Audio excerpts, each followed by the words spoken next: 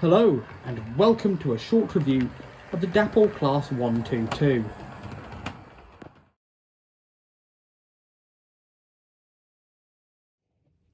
The locomotive comes in the very nice looking Dapol packaging.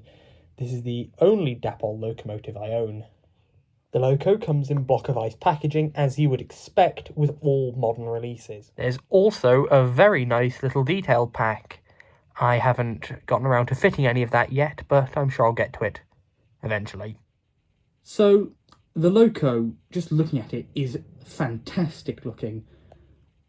I generally don't buy anything from the post-Steam era, so I get my first gen diesels in BR green if I can find them, and a little bit of BR blue from the 70s.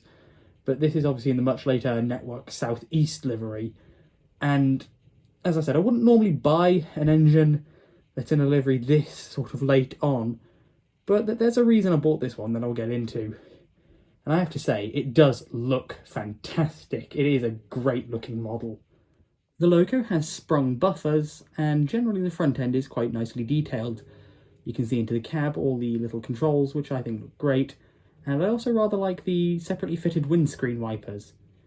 The coupler is not that noticeable, but I'm thinking I might remove it just because when I run this engine, I run it on its own, so they're a bit redundant, and while, as I said, they're not too noticeable, I still might just remove them just to slightly improve the look a little bit more. The loco has plenty of separately fitted handrails that make it look very good. The loco has some basic interior details, and while I know that they have to sort of cover up the motor, I still think it's kind of a letdown compared to the rest of the model.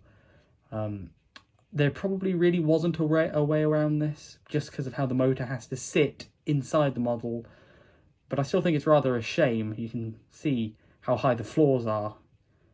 There's a fair bit of detail underneath the model. Now, I only realised this after I'd bought the model and I read the description properly. I didn't realise it had lights. And they really are nice lights. They are actually directional, so you can see when running the other way, they change to red. And I absolutely love this feature. I am so happy with it. Now, I bought this engine from Rails of Sheffield for just £79.50.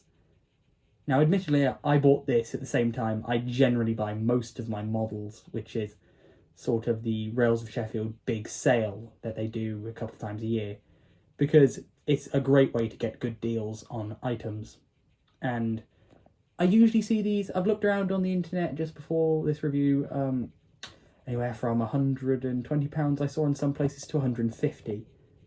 I think it's alright towards the lower end. It's not terrible for if you're paying £140, I would recommend trying to find a lower price one. It's not awful for £140, £150, which is the higher prices I've seen, but you do want to try and get to as close as the sort of £100 mark as you can, just because it's a nicer price, I feel. Now, if you can find these for these sort of, well, £79.50, call it £80 that I paid, I really can't recommend this thing enough. I think for what I paid for it, it really is a fabulous model.